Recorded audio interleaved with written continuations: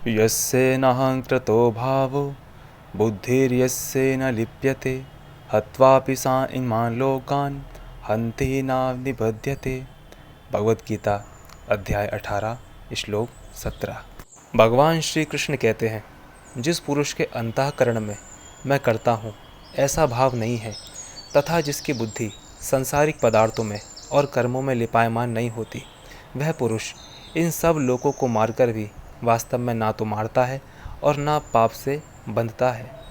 उसकी विषमता समता से भी मूल्यवान है। विषमता से तो हृदय का भेदभाव ही है।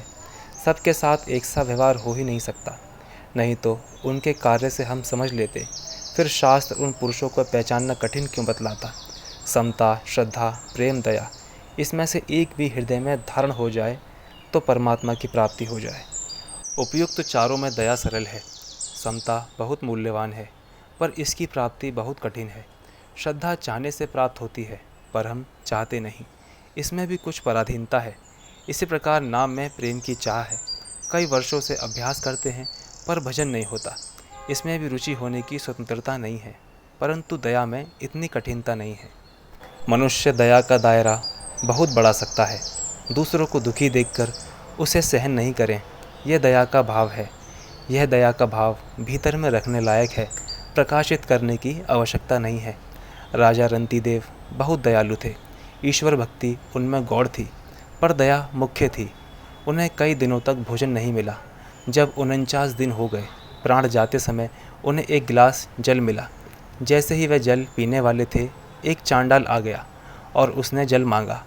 राजा वह जल प्रसन्नतापूर्वक चांडाल को दे देते हैं। दूसरे के दुखों को देखकर दुखी होना सह ना सकें, यह दया का भाव है। यह बड़ी अच्छी चीज़ है, अतः दया के भाव को बढ़ाएं। भक्ति की दृष्टि से सेवा और नीति की दृष्टि से परोपकार एक ही चीज़ है। सारे संसार को प्रभु का स्वरूप मानकर सारे संसार की सेवा करें। उपकार या सेवा की क्रिया एक ही है, भाव एक ही है। शरीर से दूसरों की सेवा सेवा है और नीतिज्ञ पुरुष उसे परोपकार कहते हैं। एक साधु पार जाने के लिए नौका में बैठे। 2 दुष्ट आए तो साधु सरक कर बैठ गए। उन दुष्टों ने साधु को सरका कर बैठने के पटरे से नीचे नौका में गिरा दिया। आकाशवाणी हुई, आपका आदेश हो तो इन्हें डुबा दिया जाए। तो वह साधु रोने लगा। दुष्टों ने समझा कि अब मौत आई। वह भय से कांपने लगे। वह साधु बोला, यदि परमात्मा की मुझ पर दया है तो ये दोनों मेरे जैसे ही बन जाएं, क्योंकि इन्होंने मेरा संग किया, लात मारकर स्पर्श किया, गाली दी तो बातचीत हो गई। यदि उन्हें डुबा दिया जाएगा तो मेरे जैसा दुष्ट और कौन होगा। यह सुनकर आकाशवाणी ने तथास्तु कहा। दुष्टों पर असर पड़ा और वह साधु के चरणों में गिर पड़े और कहा कि हमारे पाप कैसे मिटेंगे। साधु ने कहा, इसमें कोई अपराध नहीं हुआ। वह भी साधु के व्यवहार से संत बन गए। महात्मा को मानना चाहिए कि मेरी श्रद्धा से ऐसा हुआ। उन दुष्टों को यह मानना चाहिए कि साधु की दया से हुआ। सभी कामों में यही बात घटानी चाहिए। अपने अपने स्थान में दोनों बातें सच्ची हैं, श्रद्धा, प्रेम, क्षमता एवं दया। इन चारों में कोई एक बात भी होने पर उसका व्यवहार बड़ा उदारतापूर्ण और त्यागपूर्ण होगा। समता और दया तो ऐसी व्यापक है कि ज्ञान भक्ति सब में इनकी आवश्यकता है। समता होने पर जो व्यवहार होगा वह त्याग का होगा, उसके कोई पक्षपात नहीं रहेगा, अतः राग द्वेष रहित व्यवहार होगा।